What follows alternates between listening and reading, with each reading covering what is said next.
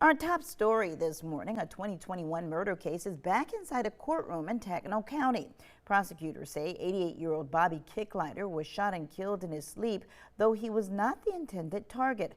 According to court documents, the suspect shot the wrong person and had planned to kill a Smith State prison guard. Nathan Weeks and Christopher Sumlin are two of the four suspects charged in Kicklighter's death. Weeks, who some are calling the ringleader of the plot, was the first to appear before the judge on Monday. He will have a new lead attorney after Shayla Galloway withdrew from the case, citing a conflict of interest.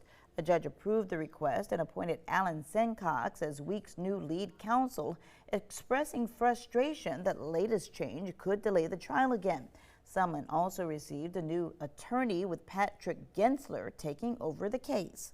I have been a lawyer for, this will be my 22nd year. In 22 years, I have never filed a motion to withdraw. I do not take this lightly. I did not file this motion lightly.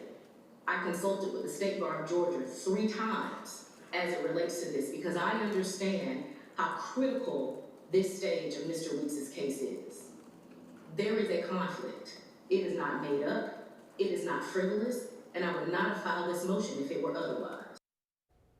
A trial date is scheduled for January 2027. Of course, we'll continue to follow this case for you with coverage that you've seen only on News 3.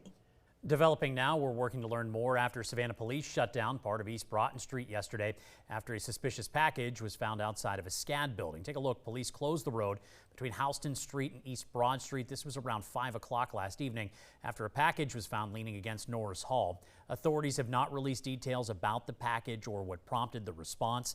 SCAD students are still on summer break, so no students were in the building at the time. Of course, we are working to learn more from Savannah police about what was found and if any charges could be pending. 3 minutes after 6 o'clock, it is Tuesday morning. We're taking a live look right now from our Savannah cam out over the Bull River Bridge as the sun tries to make its way up. Storm Team 3 meteorologist Alyssa Carsley is in the Weather Center with our weather on the 3s. Good morning, Alyssa. Hey, good morning, Kim. We're starting off the day warm and muggy, once again getting back into the 70s. But as we head throughout the day, we are tracking the chance of those soaking rain showers. But unfortunately, the chance to rain isn't nearly as high, which means we'll see even more sunshine, really warming our temperatures up. In fact, our back to school forecast, lunchtime today, 86 degrees for that temperature.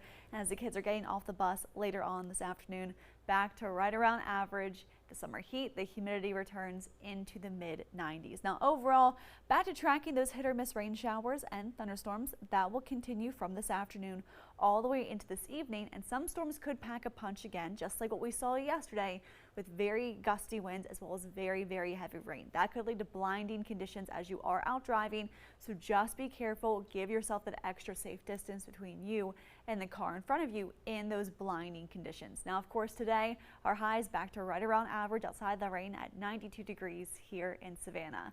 As we head to the next couple of days, still tracking that chance of rain, though our temperature is barely budging, but we'll talk about all that and more coming up in the next time you see me in just around 10 minutes. Alyssa, thank you. Continuing coverage now. City leaders are speaking up as 6 members of the Savannah Police Department are now under investigation after officials say they misused the city's flock camera system. Police say 4 officers and 2 civilian employees may have used the license plate reader system 34 times to look up people they knew personally. The 6 employees are on administrative leave while the department investigates. They could be fired and could also face criminal charges as the Georgia Bureau of Investigation reviews the case.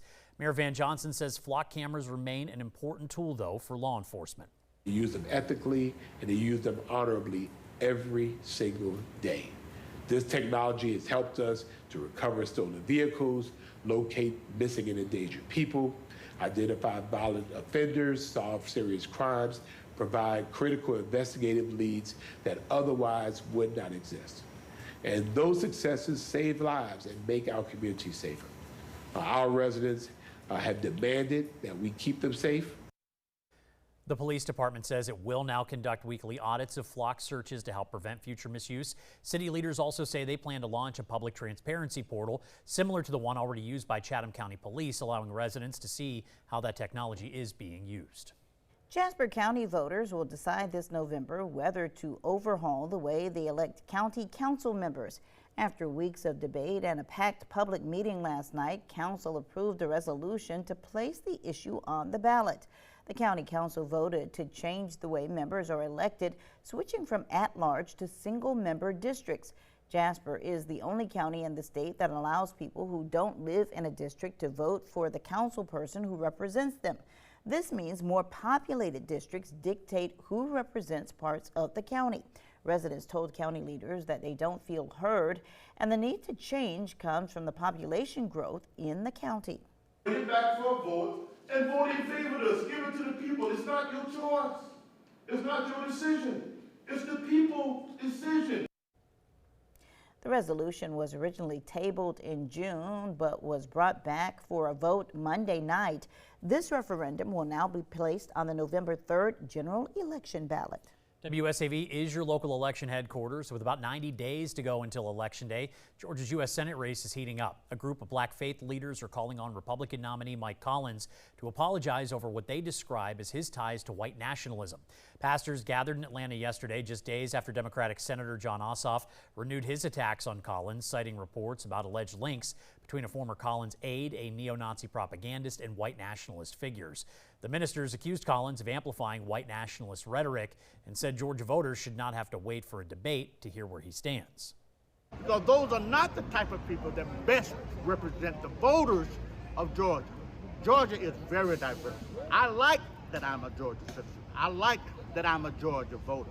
All I want to know is him to tell me what he truly believes. Then I will have the wherewithal to make a decision of who I'm going to vote for.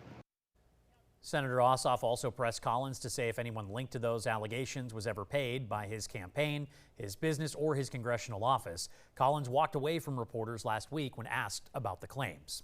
Appears Mike Collins or Mike Collins' business hired a neo-Nazi to produce promotional materials, but the congressman still 2 weeks later refuses to answer whether he or his businesses paid this neo-Nazi.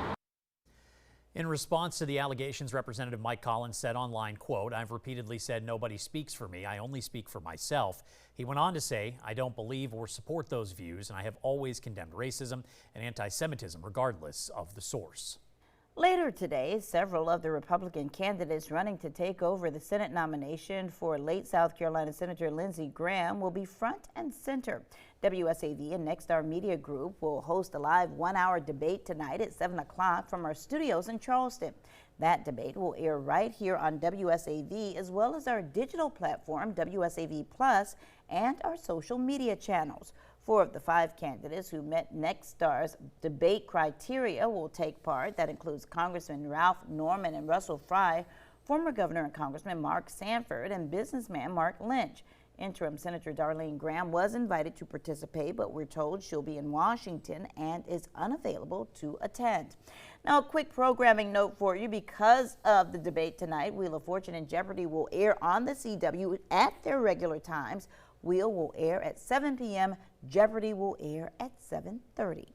And early voting for that election starts tomorrow and ends Friday. You can vote early each day from 8:30 until 5. If you voted in the June Democratic primary, you cannot vote in the Republican primary election. If you participated in the Republican primary or did not vote in June, you're able to vote in this election, which election day is August 11th. If necessary, a runoff is set for August 25th. You can stay up to date on the elections in South Carolina and Georgia anytime you'd like on our website, including for the midterms, which take place November 3rd. Just go to WSAV.com/electionhq.